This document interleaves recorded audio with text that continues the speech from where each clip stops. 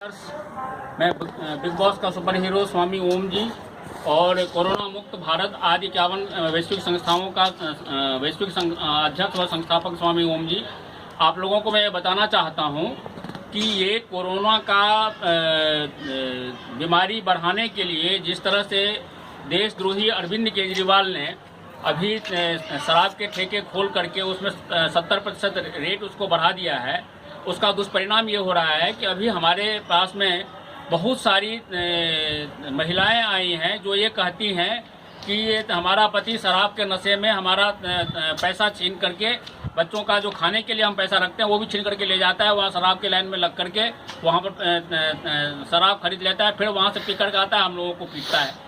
तो और इस तरह से ये पूरे भारत में और पूरे दिल्ली में ये कोरोना फैलाने का एक साजिश अरविंद केजरीवाल का है, क्योंकि ये चाहता है कि सारे भारतवासी मरे, क्योंकि ये ऑलरेडी CIA का एजेंट है।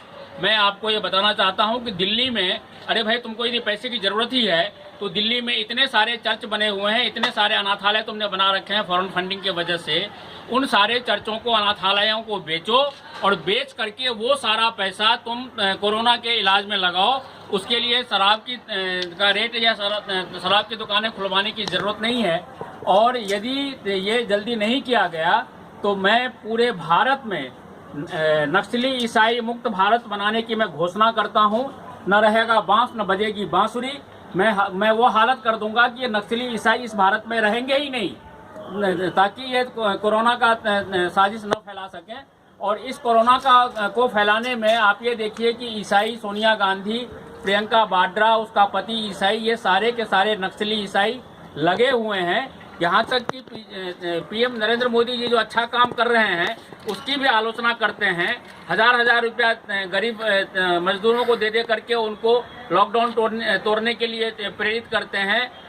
ये शराब के लाइन के बहाने से, ट्रेन पकड़ने के लाइन के बहाने से, बस पकड़ने के लाइन के बहाने से ये सरकार को फेल करने का एक साजिश कर रहे हैं।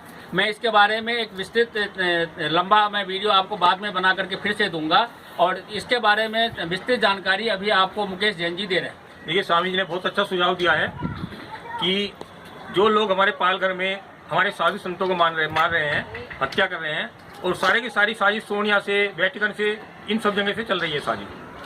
तो जितनी भी चर्च की संपत्ति, नक्सलवादी चर्च की, आतंकवादी चर्च की जितनी संपत्ति दिल्ली में है, उस संपत्ति को जब्त करे, उसको बेच के वो जितने भी कोरोना की लड़ाई को दिल्ली में लड़ने में उस संपत्ति का इस्तेमाल किया जाए। और इसके अलावा जितनी भी फॉरेन फंडिंग NGO को आ रही है, उस फॉरेन फंडिंग पर भी पूरा कब्जा करे। दिल्ली में पूरा कब्जा फॉरेन फंडिंग पर करके विदेशी नक्सलवादी NGO हैं, जितने भी NGO हैं, इन सबकी फॉरेन फंडिंग पर सारा कब्जा करे और उसको कोरोना से लड़ाई लड़ने के लिए उस फंडिंग का इस्तेमाल करे। उस फंडिंग की और किसी काम के लिए जरूरत नहीं है। जब देश संकट में पड़ा हुआ है तो विदेशों से जितनी फंडिंग आ रही है, उस फंडिंग का इस्तेमाल कोरोना से लड़ाई में भारत जो लड़ रहा है उसमें इस्तेमाल किया जाए। और दूसरी चीज़ों में ये नहीं तो वो फंडिंग शाहीन बाग में काम आ रही है, आपके ये आनंद विहार में जो भीड़ इकट्ठी की जा रही है उसमें काम आ रही है।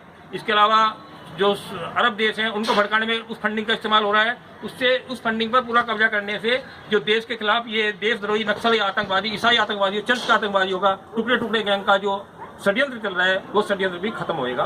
बस मैं यही कहना चाहता हूँ। इसी के साथ साथ मैं ये भी बताना चाहता हूँ कि इन आतंकवादियों को जो का पूरा गिरोह है, मार्क्सवादी कम्युनिस्ट पार्टी का सीताराम येचुरी, वरुणा कारत, ये सब नक्सली आतंकवादियों गैंग है, टुकड़े गैंग के हिस्से। चाहे कन्हैया कुमार हो, चाहे अरविंद केजरीवाल हो, चाहे दीपक मिश्रा जज हो, चाहे आपका जगदीश सिंह खेर जैसे जज हो, चाहे केजी बालाकृष्णन, चाहे सोनिया गांधी हो, चाहे प्रशांत भूषण वकील हो, ये सब टुकड़े इंदिरा जयसिंह। और इसके अलावा मीडिया का एक बहुत बड़ा गैंग है, उसमें रवीश कुमार, आपका राजदीप सरदेसाई, इन लोगों को जिंदा रहने का अधिकार नहीं है। यदि ये जिंदा रहेंगे तो तुम्हारी मौत निश्चित है, तुम्हें कोरोना से मार देंगे। इन लोगों के जिंदा रहने का कोई हक नहीं है। मैं देश के खास तौर से जो नक्सलवाद में शहीद हुए उनके परिजनों से अपील करता हूँ कि इन देश के दुश्मनों को मारे, इनको जिंदा रहने का अधिकार नहीं है। सरकार से अपील करता हूँ इनको फांसी की सजा दे।